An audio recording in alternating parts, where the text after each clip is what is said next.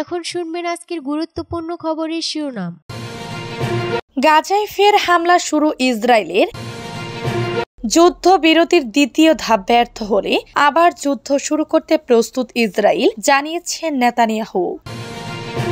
যুদ্ধবিরতি ইস্যুতে নেতানিয়াহুর নিরাপত্তা সহ ৩ মন্ত্রীর পদত্যাগ। মঙ্গলবার থেকে যুক্তরাষ্ট্রে অবৈধ অভিবাসীদের গণগ্রেফতার শুরু। ট্রাম্পের অভিষেকের প্রতিবাদে ওয়াশিংটনে হাজারো মানুষের বিক্ষোভ। হামাস জিম্মিদের তালিকা না দেয়া পর্যন্ত যুদ্ধবিরতি কার্যকর হবে না, জানিয়েছেন নেতানিয়াহু। গাজায় ফের হামলা শুরু ইসরায়েলের। গাজায় হামলা শুরুর নির্দেশ দিয়েছেন ইসরায়েলের প্রধানমন্ত্রী বেনিয়ামিন নেতানিয়াহু।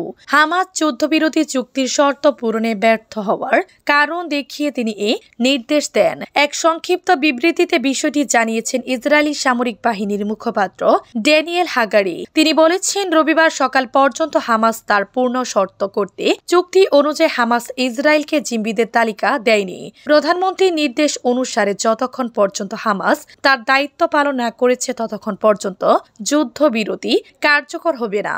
যতক্ষণ না হামাস চুক্তির প্রতিবাদ তার বাধ্যবাধকতা পূরণ করছে ততক্ষণ গাজায় ইসরায়েলের সামরিক বাহিনী হামলা চালিয়ে যাবে। এদিকে এরই মধ্যে যুদ্ধবিরতি কার্যকরের পূর্ব নির্ধারিত সময়ের পর ইসরায়েলি হামলায় অন্তত ৮ জন নিহত হয়েছে বলে গাজা কর্তৃপক্ষ।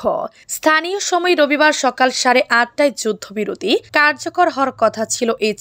এছাড়া যুদ্ধবিরতি চুক্তি কার্যকর হওয়ার ২৪ ঘন্টা আগে ইসরায়েলি জিম্মিদের তালিকা দেওয়ার কথা ছিল হামাসের, কিন্তু হামাস বলেছে প্রযুক্তিগত কারণে তালিকা পাঠাতে বিলম্ব হয়েছে। যুদ্ধবিরতির দ্বিতীয় ধাপ ব্যর্থ হলে আবার যুদ্ধ শুরু করতে প্রস্তুত ইসরায়েল, জানিয়েছে নেতানিয়াহু। ইসরায়েলের প্রধানমন্ত্রী বেনিয়ামিন নেতানিয়াহু হুঁশিয়ারি দিয়ে বলেছেন, যুদ্ধবিরতির দ্বিতীয় পর্যায়ের আলোচনা ব্যর্থ হলে তার দেশ হামাসের বিরুদ্ধে আবার যুদ্ধ শুরু করতে প্রস্তুত রয়েছে। গতকাল শনিবার সন্ধ্যায় এক টেলিভিশন বক্তৃতায় তিনি এই হুঁশিয়ারি দেন। যুদ্ধবিরতি সামরিক এবং অভিযান এখনো শেষ হয়নি জানিয়ে নেতানিয়াহু বলেন, আবার গাজায় হামলা চালানোর অধিকার ইসরায়েলের রয়েছে। এটা যুক্তরাষ্ট্রের বিদায়ী প্রেসিডেন্ট জো বাইডেন ও নবনির্বাচিত প্রেসিডেন্ট ডোনাল্ড ট্রাম্প উভয়ই সমর্থন করবেন। আমরা যদি আবার হামলা শুরু করি তা হবে আরো জোরালো। আমরা মধ্যপ্রাচ্যের চেহারা বদলে দিয়েছি, জানিয়ে ইসরায়েলের প্রধানমন্ত্রী বলেন, হামাস বর্তমানে সম্পূর্ণ নিঃসঙ্গ।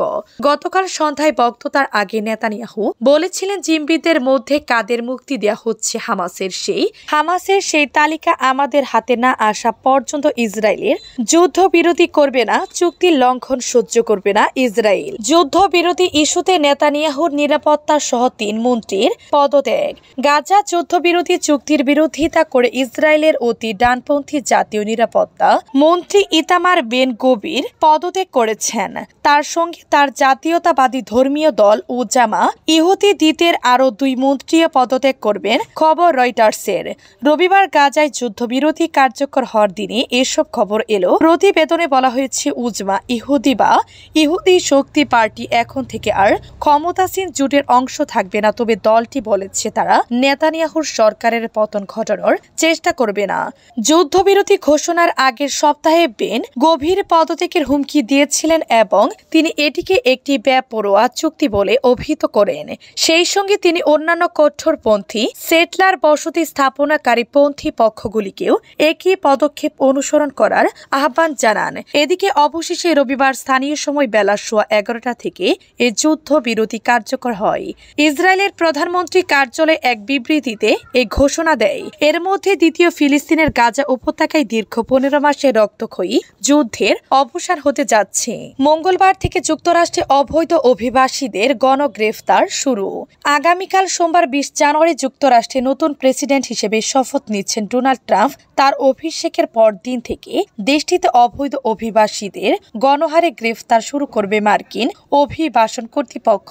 ডোনাল্ড ট্রাম্পের নতুন প্রশাসনের একজন শীর্ষ সীমান্ত কর্মকর্তার বরাত দিয়ে সংবাদ মাধ্যমের প্রতিবেদনে এ তথ্য জানানো হয়েছে। সোমবার হোয়াইট হাউসে ফিরে আসা রিপাবলিকান ট্রাম্পের প্রথম পদক্ষেপ হবে এটি। এর মাধ্যমে তিনি লাখ লাখ অবৈধ অভিবাসীকে মার্কিন যুক্তরাষ্ট্র থেকে বহিষ্কারের যে প্রতিশ্রুতি নির্বাচনী প্রচারণায় দিয়েছিলেন তা রক্ষা করবেন। ট্রাম্পের নতুন প্রশাসন মঙ্গলবার থেকে শিকাগোতে অভিবাসন অভিযান চালানোর পরিকল্পনা করেছে বলে প্রতিবেদন থেকে জানা গেছে। ইমিগ্রেশন অ্যান্ড কাস্টমস এনফোর্সমেন্ট আইসিএ এর সাবেক ভারপ্রাপ্ত পরিচালক হোমান, যিনি ট্রাম্পের প্রথম মেয়াদে সীমান্তে অভিবাসী বাবা মা এবং শিশুদের পৃথক করা নীতি তত্ত্বাবধান করেছিলেন, তিনি বলেছেন, দেশের অনেক জায়গায় বড় অভিযান হতে চলেছে, শিকাগো অনেক জায়গার মধ্যে একটি মাত্র।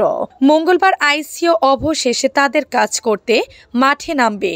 হোমান আরো বলেন, আমরা আইসিওকে নির্দেশ দিয়েছি ক্ষমা চাওয়া ছাড়াই অভিবাসন আইন বলবৎ করার। প্রথমে সবচেয়ে খারাপ জননিরাপত্তার হুমকির দিকে মনোনিবেশ করা হবে, কিন্তু কেউই বাদ যাবে না। হামাস জিম্মিদের তালিকা না দেয়া পর্যন্ত যুদ্ধবিরতি কার্যকর হবে না, জানিয়েছেন নেতানিয়াহু। মুক্তি দেয়া হবে এমন জিম্মি ব্যক্তিদের তালিকা হামাস প্রকাশ না করা পর্যন্ত পূর্ব নির্ধারিত সময় যুদ্ধবিরতি কার্যকর হবে না। ইসরায়েলের প্রধানমন্ত্রী বেনিয়ামিন নেতানিয়াহু আজ রোববার এমন হুঁশিয়ারি দিয়েছেন। আজ ইসরায়েলের স্থানীয় সময় সকাল 8:30টায় যুদ্ধবিরতি কার্যকর হওয়ার কথা। এর আগে ফিলিস্তিনি সশস্ত্র সংগঠন হামাস জানিয়েছে, কারিগরি সমস্যার কারণে মুক্তি পেতে যাওয়া জিম্মি ব্যক্তিদের তালিকা প্রকাশ করতে দেরি হচ্ছে।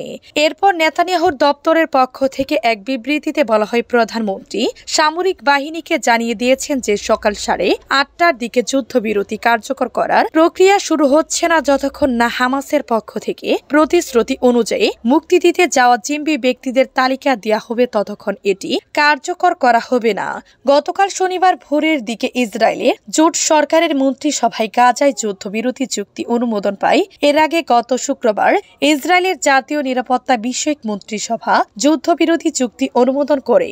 এর মধ্যে দিয়ে গাজায় দীর্ঘ 15 মাস ধরে চলা রক্তক্ষয়ের অবসান হওয়ার কথা খুলেছে বলে আশা করা হচ্ছিল। যুদ্ধবিরতির প্রথম ধাপে 1890 জনের বেশি ফিলিস্তিনকে মুক্তি দিবে ইসরায়েল। গাজা যুদ্ধবিরতির প্রথম ধাপে 33 জিম্মিকে মুক্তি দেওয়ার বিনিময়ে 1890 জনের বেশি ফিলিস্তিনি বন্দীকে ছেড়ে দিবে। যুদ্ধবিরতির অন্যতম মধ্যস্থতাকারী দেশ মিশর গতকাল শনিবার এই তথ্য জানিয়েছে। মিশরের পররাষ্ট্র মন্ত্রণালয় জানিয়েছে, যুদ্ধবিরতির প্রথম ধাপ হবে 42 দিনের, যা গাজার স্থানীয় সময় আজ রোববার সকাল 8:30 থেকে কার্যকর হতে যাচ্ছে। যুদ্ধবিরতির আরেক মধ্যস্থতাকারী দেশ কাতারও প্রথম ধাপে গাজায় হামাস ও অন্যান্য সশস্ত্র গোষ্ঠীর হাতে থাকা 33 জিম্মিকে ছেড়ে দেওয়া হবে বলে জানিয়েছে।